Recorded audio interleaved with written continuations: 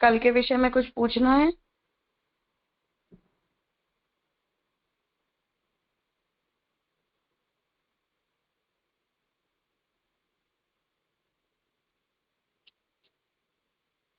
ठीक है, करते हैं आगे।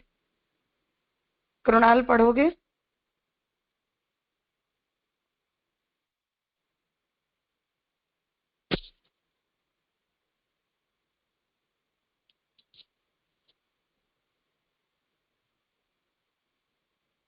ठीक है, गौरी?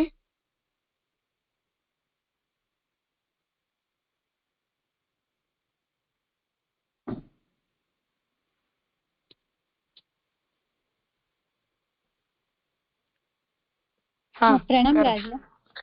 हाँ, प्रणाम राजा। गई काले आपणे समझ्या था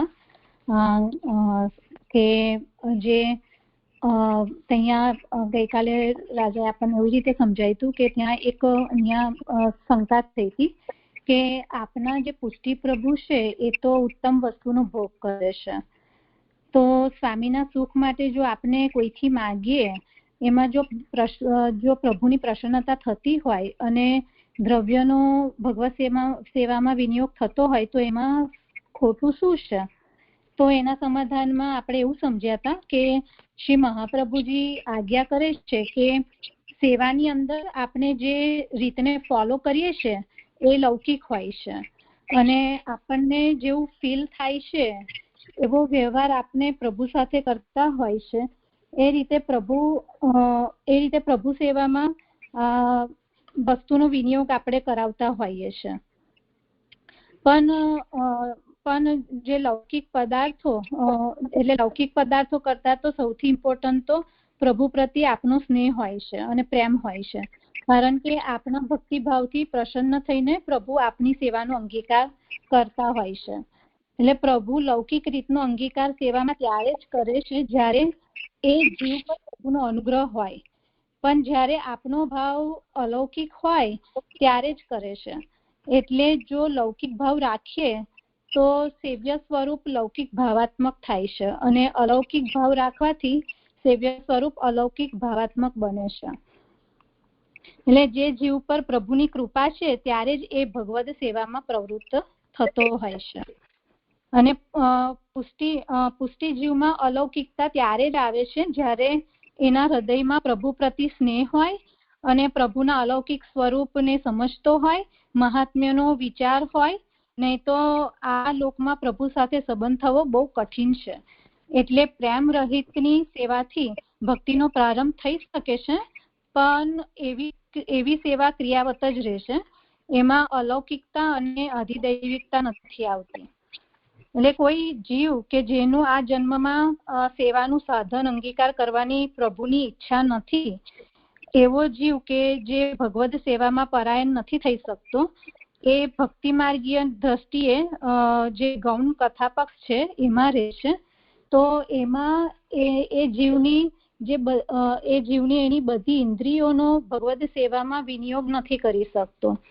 પણ જ્યારે આપની બધી ઇન્દ્રિયોનો વિનિયોગ ભગવાનમાં થાય છે ત્યારે ભગવાન પ્રસન્ન થાય છે અને ભક્તને પણ સંતુષ્ટિ ત્યારે જ મળે છે જ્યારે એની બધી ઇન્દ્રિયોનો ભગવાનમાં વિનિયોગ કરી શકે।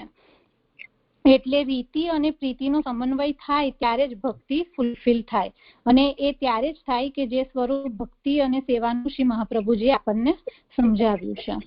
એટલે જેવી રીતે રાસલીલામાં શ્રી મહાપ્રભુજીએ સમજાવ્યું કે વ્રજ ભક્તોનો કામ ભાવ નતો, એવા પ્રકારનો કામ પુરુષાર્થ એમનો નતો કે જેમાં ઇન્દ્રિયોની સંતુષ્ટિ માટે હોય, પણ હૃદયનો ભક્તિભાવ કે જે ઇન્દ્રિયો દ્વારા પ્રદર્શિત થતો હોય। એટલે વ્રજભક્તોના હૃદયમાં જે ભક્તિ હતી અને એ ભક્તિભાવનું એક્સપ્રેશન છે એ જ સેવા છે। એટલે આપણે પણ જે સેવા કરીએ છીએ એમાં પણ આપણે જેટલી ક્રિયાઓ કરીએ છીએ એ આપણી પ્રાકૃત ઇન્દ્રિયોથી જ કરીએ છીએ। એટલે ક્રિયાઓ લૌકિક હોય છે પણ ભાવ લૌકિક હોતો નથી। એટલે સિદ્ધાંત રહસ્યમાં પણ શ્રી મહાપ્રભુજીએ જે ઉદાહરણ આપ્યું કે લોકમાં જે રીતે સેવક સાથે વ્યવહાર હોય છે એ રીતે ભગવાન સાથે વ્યવહાર કરવો જોઈએ. તો એનો અર્થ એવો નથી કે પ્રભુ લૌકિક સ્વામી છે, એ આપણી ક્રિયાને સમજાવવા માટે આપ્યું છે, પણ આપણી ભાવની લૌકિકતાને બતાવવાનું ત્યાં શ્રી મહાપ્રભુજીને એવું તાત્પર્ય નથી. એટલે શિક્ષા શ્લોકીમાં પણ બતાવ્યું કે આપણે પ્રભુને લૌકિક સ્વામી સમજવા ના જોઈએ. એટલે સેવાની ક્રિયા લૌકિક હોય છે, પણ સેવાનો જે ભાવ છે એ લૌકિક નથી હોતો. અને આધુનિક કાળમાં પુષ્ટિ માર્ગના નામ પર જે પણ ક્રિયાઓ ચાલી રહી છે એમાં મંદિર હવેલીઓમાં જે રીતે બીજાઓથી જે ભેટ ને સામગ્રી મંગાઈ છે એ વ્યવહાર પુષ્ટિ માર્ગમાં સેવા એવો વ્યવહાર જે છે એ પુષ્ટિ માર્ગમાં સેવા કહેવાતી નથી. અને એમાં જો કોઈ કન્ટ્રીબ્યુટ કરે એ પણ સેવા નથી કહેવાતી. એટલે જો કોઈ મહાપ્રભુજીની આજ્ઞાનું ઉલ્લંઘન કરે છે અને એ ભલે મોટા પદ પર હોય, સમર્થ હોય, શક્તિશાળી હોય, પણ એમની ઉત્તમ ગતિ તો નહીં થાય, કારણ કે કાલના પ્રવાહમાં એ તણાઈ જશે. એટલે એવી ભગવત સેવા કૃષ્ણ સેવા નથી. એ તો સાંસારિક આસક્તિનું પ્રદર્શન કે કલેશ રૂપ જ છે. અને એવા દર્શન પણ કૃષ્ણ દર્શન નથી, પણ કલેશ દર્શન જ છે. અને પ્રસાદ પણ કૃષ્ણ પ્રસાદ નથી. એટલે એવી સેવાનો અંગીકાર પ્રભુ ક્યારેય નથી કરતા. અને આ ખાલી ભક્તિ માર્ગની દ્રષ્ટિથી દોષ છે એવું નથી, પણ ખાલી ભક્તિ માર્ગીયની દ્રષ્ટિથી દોષ છે એવું નથી, પણ શાસ્ત્રીય દ્રષ્ટિથી પણ એ મોટો દોષ જ છે. એટલે ભગવાન લૌકિક નથી અને એમની સાથેનો લૌકિક વ્યવહાર કરવો પણ યોગ્ય નથી. અને ક્રિયાઓ આપની લૌકિક છે, પણ આપણો ભાવ અલૌકિક હોવાને કારણે એ બધી ક્રિયાઓની અંદર આધિદૈવિકતા આવી જાય છે. એટલે એ રીતે આપણે ગઈકાલે સમજ્યા હતા. હવે આગળ ભાવસ્તત્રાપ્યસ્મદીયઃ સર્વસ્વચૈહિકશ્ચ સ પરલોકશ્ચ. તત્રાપી એટલે વામે હું, अस्मदीयो अपुनो भाव ऐहिक या लोक संबंधी च और परलोक परलोक च हूँ सर्वस्व सब कुछ च अरु स वो ज्ञेयम श्री कृष्ण ही ऐसो जानना. भावार्थ तहाँ हूँ हमारो भाव तो यही जाननो जो अपनो तो या लोक में अरु परलोक में हूँ को सर्वस्व होय तो वो तो केवल श्री कृष्ण ही है, अन्य कोई नहीं. એટલે અહીંયા કે છે કે આ લોક અને પરલોકમાં તો જે સર્વસ્વ જે છે એ તો ભગવાન શ્રી કૃષ્ણ જ છે, બીજું કોઈ નથી. એવું આપણે એવો ભાવ જાણવો જોઈએ. अस्मदीयो भाव एमा टीका के निबंध में ज्ञान दृष्टि सो सर्वत्र वस्तु मात्र में अपरिछिन्न ब्रह्म की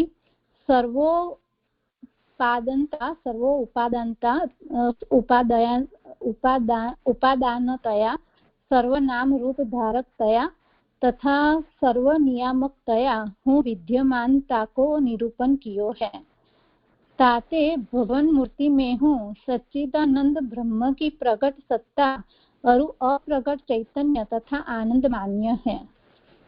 એટલે નિબંધમાં જે જ્ઞાન દ્રષ્ટિથી પણ બધે જ વસ્તુ માત્રમાં अपरिछिन्न ब्रह्मનું નિરૂપણ થયું છે. અને સર્વ બ્રહ્મ જે છે તે સર્વ ઉપાદાન કારણતયા છે. અને જે નામરૂપ કર્મ છે એ પણ પ્રભુ જ બન્યા છે, સર્વ બ્રહ્મ જ નામરૂપ કર્મથી થયા છે. તો એવું નિરૂપણ થયેલું છે. તો ભગવાન મૂર્તિમાં પણ જે સચિત અને આનંદ જે બ્રહ્મની પ્રગટ સત્તા છે અને અપ્રગટ ચૈતન્ય છે અને જે આનંદ છે એ પણ ભગવાન મૂર્તિમાં માનેલું જ છે. तैसे ही कर्म उपासना की शास्त्र विधि के अनुसार जो विचारक ब्रह्म को निराकार ही केवल मानत है, तिनको हूँ यज्ञ वेदी में किंवा मूर्ति रहित शून्य मंदिर में किंवा मन मंदिर में हूँ अपरिच्छिन्न तत्व को स्थान परिच्छेद किंवा ध्यान परिच्छेद तो કરીવો ही परत है। એટલે જેવી રીતે કર્મ ઉપાસનામાં શાસ્ત્ર વિધિ અનુસાર જે વિચારકો છે એ બ્રહ્મને ખાલી નિરાકાર જ માને છે, તો જે યજ્ઞવેદીમાં કે પછી મન મંદિરમાં પણ જે અપરિચ્છિન્ન તત્વ છે એ સ્થાન પરિચ્છેદ કે પછી ધ્યાન પરિચ્છેદ તો કરવો જ પડે છે ત્યાં પણ। એટલે તબ સાકાર વ્યાપકતાવાદી पुष्टि मार्गियन को हूँ अपरिच्छिन्न परमात्मा को मूर्ति में परिच्छेद में भजन में काहे को संकोच। तो એટલે આપણે જે રીતે આપણે ત્યાં જે સેવામાં પુષ્ટિ માર્ગમાં જે સાકાર સ્વરૂપ છે તો એમાં પણ અપરિચ્છિન્ન પરમાત્મા જે છે એ મૂર્તિમાં આપણે એમાં આપણે ભજન કરીએ તો એમાં શેનો સંકોચ। તહા શાસ્ત્રીય નિષેધ હોય તો તાકો વિચાર વે શકે, परि शास्त्र में हूँ मूर्ति पूजा को विधान तो उपलब्ध होत ही है, तो यहाँ कछु बाधक है नहीं। यो निरूपण करी के ज्ञान मार्ग सो और कर्मो उपासना मार्ग सो मूर्ति भजन की उत्पत्ति दीनी है, सो कैसे जो એટલે શાસ્ત્રીય નિષેધ જો હોય તો આપણે એનો વિચાર કરવો પડે, પણ શાસ્ત્રમાં પણ મૂર્તિ પૂજાનું વિધાન છે જ, એટલે એમાં તો કશું એવું કઈ બાધક નથી। અને એટલે હવે અહીંયા જ્ઞાન માર્ગથી અને કર્મ માર્ગથી નિરૂપણ કરી રહ્યા છે, એટલે મૂર્તિ ભજનની ઉત્પત્તિ આપે છે। અને કેવી રીતે, તો હવે અહીંયા કહે છે કે એક સાકાર વ્યાપકત્વાत् ज्ञान मार्गीय उत्पत्ति मंत्रस्यापि विधानतः कर्मो उपासना मार्गीय उत्पत्ति અને ત્રણ તદ્રૂપમ તત્ર ચ સ્થિતમ શ્રી કૃષ્ણમ યથા લબ્ધોપચારે ભક્ત્યા પૂજયેદ ભક્તિ માર્ગીય ઉપપત્તિ। એટલે અહીંયા જ્ઞાન માર્ગીય ઉત્પત્તિ, કર્મ ઉપાસના માર્ગીય ઉત્પત્તિ અને ભક્તિ માર્ગીય ઉત્પત્તિ આપી છે। अनेक स्वांशभूत जीवन में ते को विरले एक जीव को जैसे प्रभु स्वरूपानंदान के काज वरण करत है, तैसे ही अनंत रूप किंवा सर्वरूप भगवान के को एक मनोज्ञ रूप को भक्तहु भजनार्थ वरण करत है, सो वो रूप परमात्मा को भक्ति भावनात्मक रूप गिन्यो जात है। એટલે જે અનેક જે પોતાના અંશભૂત જીવોમાંથી એ કોઈ એકને પ્રભુ જો પસંદ કરે છે, લાઈક એને સ્વરૂપાનંદનું દાન કરવા માટે એનું વરણ કરે છે, તો એવી રીતે જે ભક્ત છે એ પણ જે આટલા બધા જે ભગવાનના અનંત રૂપ છે એમાંથી કોઈ ભગવાન એક જે રૂપ છે એને પોતાના મનના ભાવન રૂપ એને એ ભજન કરે છે, અને એવી રીતે એ ભક્ત પણ ભગવાનનું ભજન એટલે ભગવાનને એ કરતા હોય છે, લાઈક વરણ કરે છે। તો એવું જે પરમાત્માનું રૂપ છે એ ભક્તિ ભાવનાત્મક રૂપ કે છે।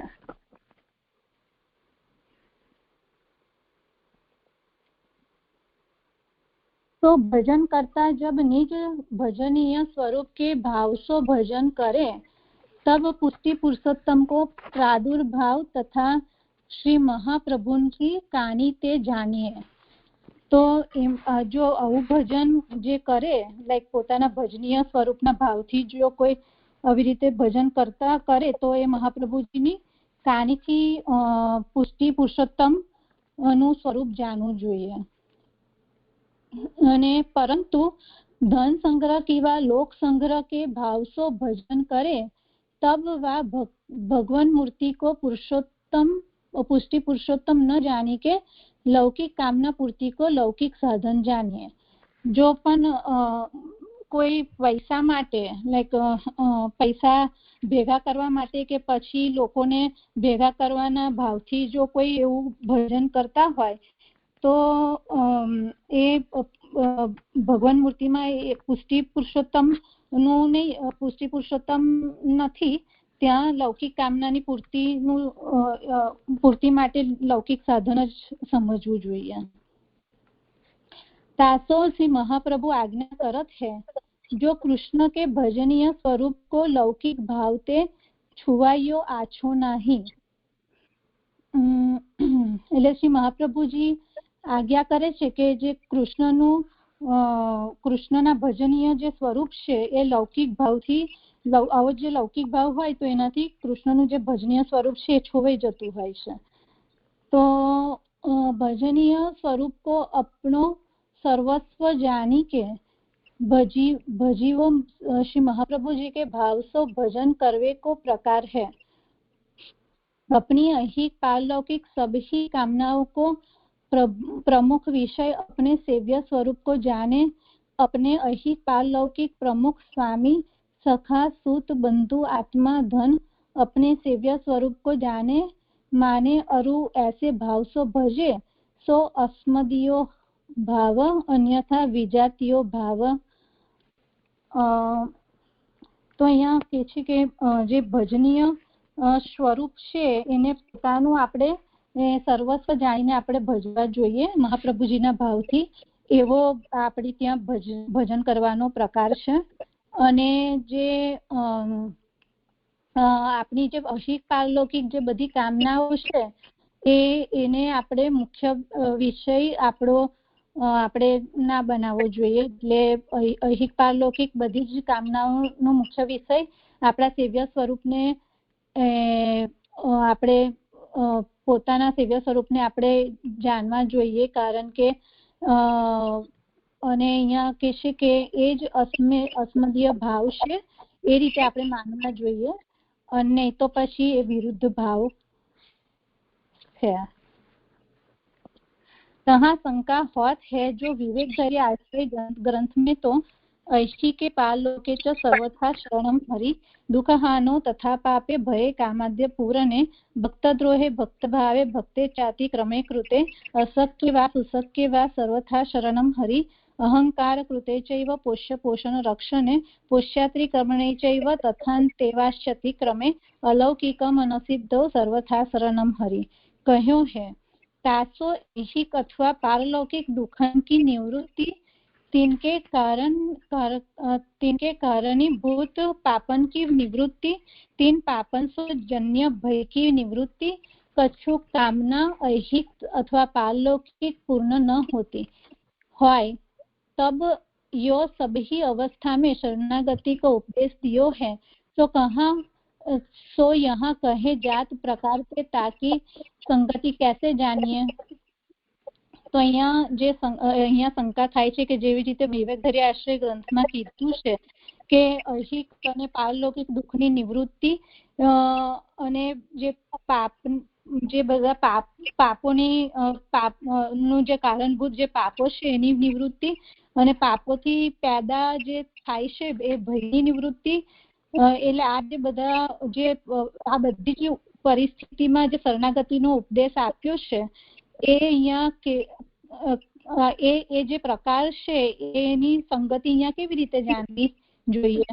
તો પાપો समाधान ऐसे जाने जो श्री महाप्रभु ने दुख हानि पाप भय कामादि की अपूर्ति भक्तद्रोह आदि जो गिनाए है सो ऐहिक किंवा पारलौकिक के उदाहरण रूप से गिनाए है।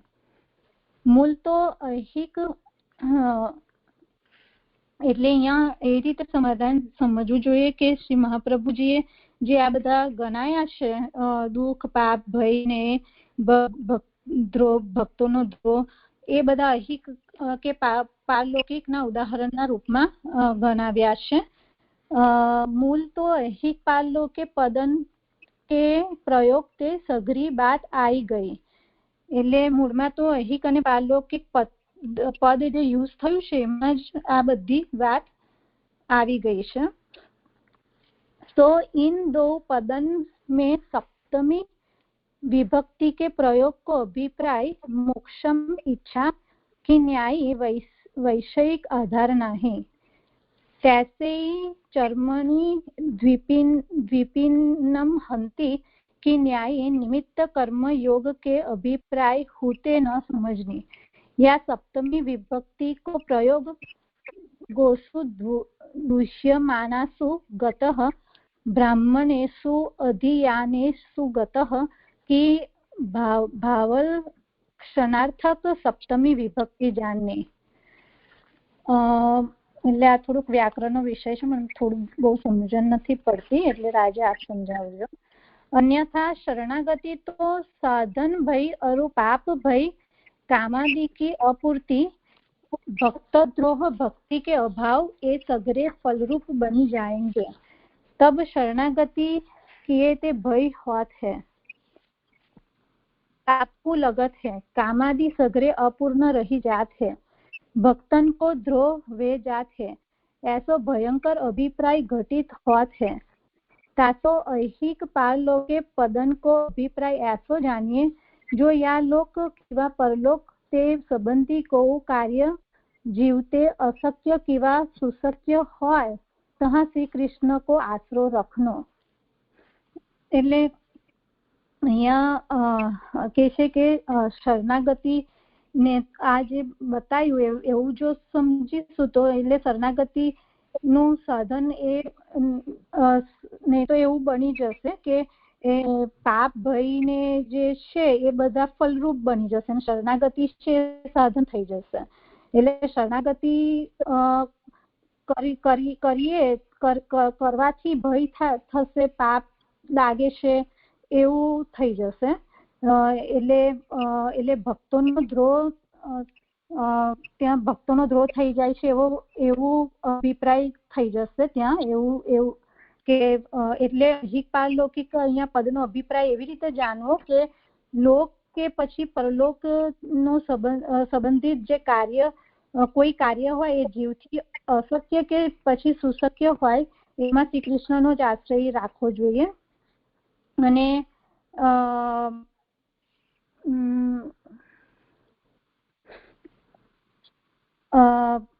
આશરો રાખવો જોઈએ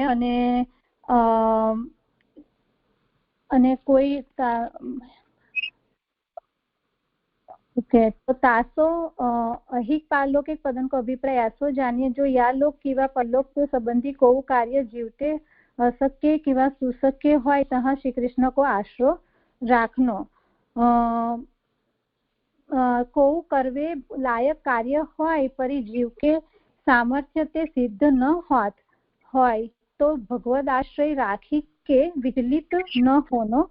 जो प्रभु ने ये कार्य मेरे लिए अशक्य बनायो है तो या में मेरो कछु भलो ही विचार्यो होएगो और जीव के सामर्थ्य ते शक्य होय तो अहंकार न करनो परी भगवद आश्रय को भाव राखी के ऐसे विचारनो जो प्रभु ने ये कार्य मेरे सो शक्य बनायो है.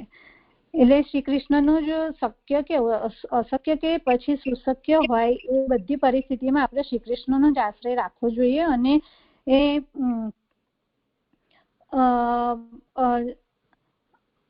અને ભગવદ આશ્રય રાખીને આપણે વિચલિત ના થવું જોઈએ અને પ્રભુએ જે કાર્ય આપણે વિચારવું જોઈએ કે પ્રભુએ જે કાર્ય મારા માટે અશક્ય બનાવ્યું છે તો એમાં મારું કઈ હિત જ વિચાર્યું હશે અને એટલે આપણો જીવના સામર્થ્યથી શક્ય હોય તો પણ અહંકાર ના કરવો પણ ભગવદ આશ્રયનો ભાવ રાખીને જ એવું વિચારવું કે પ્રભુએ જ આ કાર્ય મારા માટે શક્ય બનાવ્યું છે. तासो ऐहिक पारलौकिक फल के साधन तया शरणागति को उपदेश नहीं परी ऐहिक पारलौकिक को कार्य जीवसो अशक्य હોય કેવા સુશક્ય सब अवस्थान में भगवद आश्रय राखनो पुष्टि जीव को कर्तव्य है। ताते शिक्षा श्लोकी और वैवेक धरे आश्रय में कछु विरोधाभास नहीं है।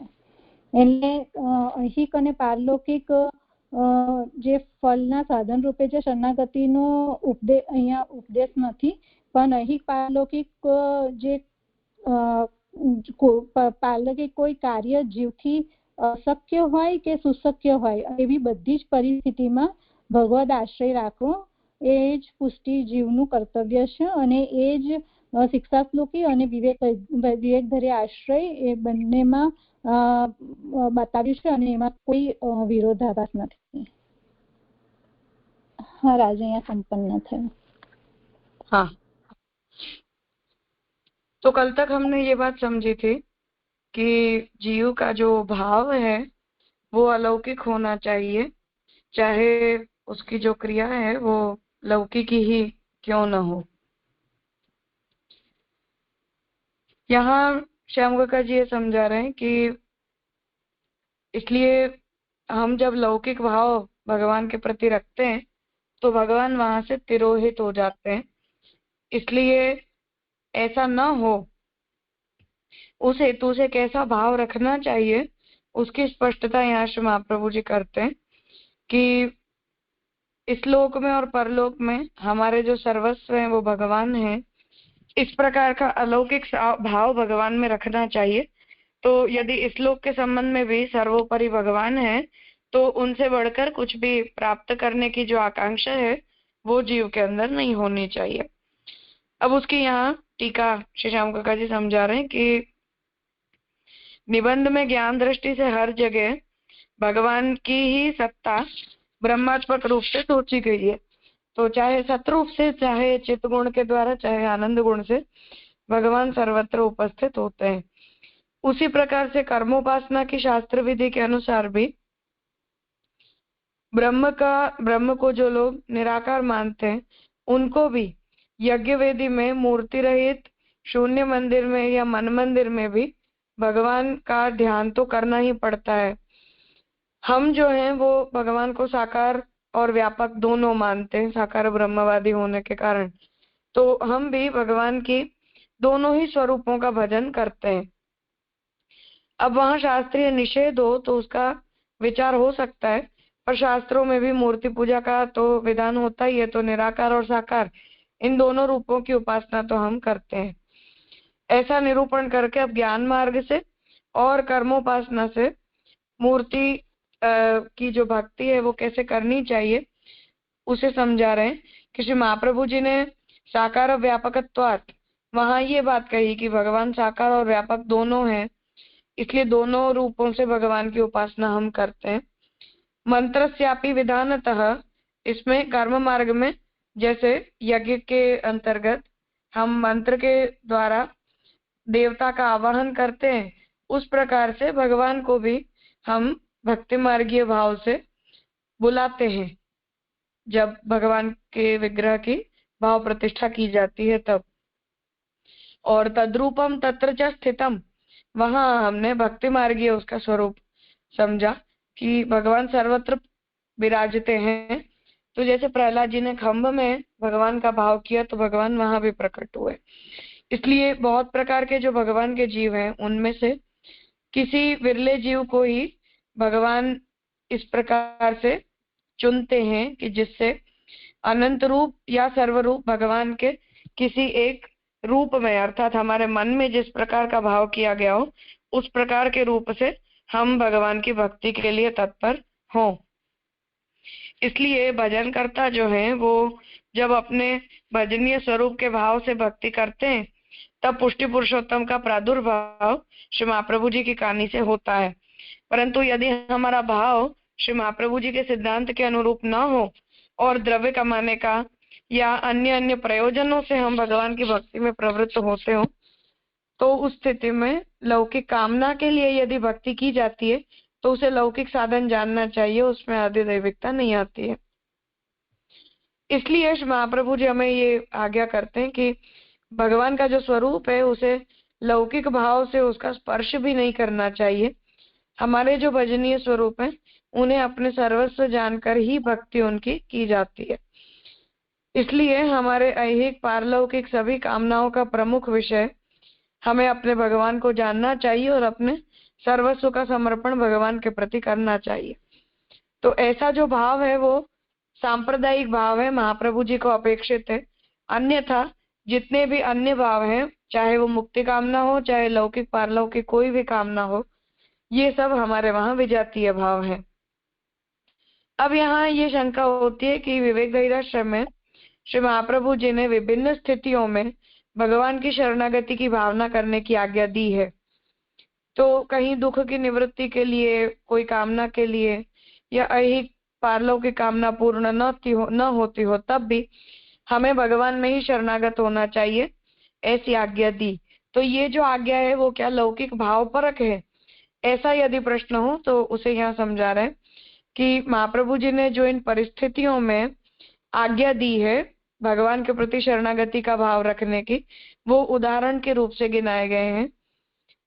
पर मूल में ऐहिके पारलोके च सर्वथा शरणम हरि, यही महाप्रभु जी को अपेक्षित शरणागति का मुख्य भाव है।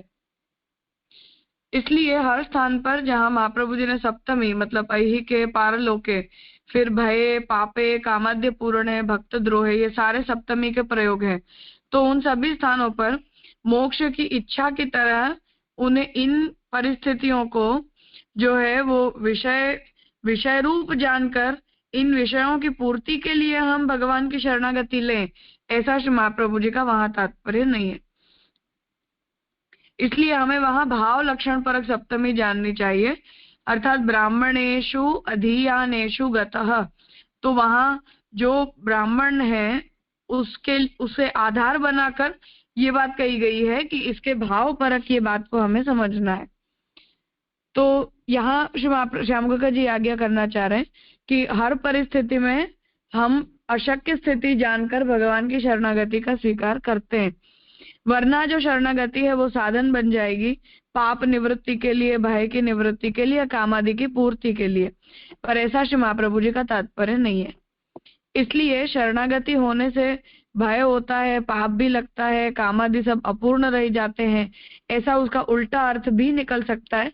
तो सप्तमी के जो विविध अर्थ हैं उनके अनुसार इनके भी विविध अर्थ हो सकते हैं, परंतु हमें क्या अर्थ स्वीकारना है उसे यहाँ श्याम काका जी हमें समझा रहे हैं कि हम इसे भाव परक ही समझते हैं। इसलिए ऐहिके पारलोके इन सभी शब्दों का अभिप्राय हमें ऐसा समझना चाहिए कि इस लोक में या परलोक से संबंधी कोई भी जो कार्य है वो जीव से अशक्य हो या सुशक्य हो, हर परिस्थिति में भगवान ही उसकी रक्षा करते हैं। कोई करने लायक कार्य यदि जीव के सामर्थ्य से सिद्ध न होता हो तो हमें भगवदाश्रय रखते हुए विचलित नहीं होना चाहिए। यदि प्रभु ने ये कार्य हमारे लिए अशक्य बनाया होगा तो हम सोचेंगे फिर भी वो हमसे नहीं हो पाएगा, और जीव के सामर्थ्य से शक्य हो भी यदि, तब भी हमें अपने पुरुषार्थ का अभिमान नहीं करना चाहिए, पर भगवान के आश्रय की भावना रखनी चाहिए। ऐसा श्री महाप्रभु जी का इन पंक्तियों में तात्पर्य है। इसलिए ऐहिक पारलौकिक फलों के साधन के रूप में शरणागति का वहां उपदेश नहीं दिया गया है। इसलिए यहाँ भी जब श्याम काका जी ये संगति बताना चाह रहे हैं कि हमें भी भगवान के प्रति लौकिक भाव नहीं रखना चाहिए, केवल अलौकिक भाव ही रखना चाहिए, ऐसी जो आज्ञा श्री महाप्रभु जी कर रहे हैं, इस आज्ञा में और विवेक धैर्याश्रम में बताए गए निरूपण में कोई प्रकार की विसंगति नहीं है, कोई प्रकार का दोष नहीं है, ऐसा यहाँ हमें समझना चाहिए। आज यहाँ रखते हैं, कल इस विषय में जो प्रश्न होंगे वो डिस्कस करके फिर हम आगे करेंगे।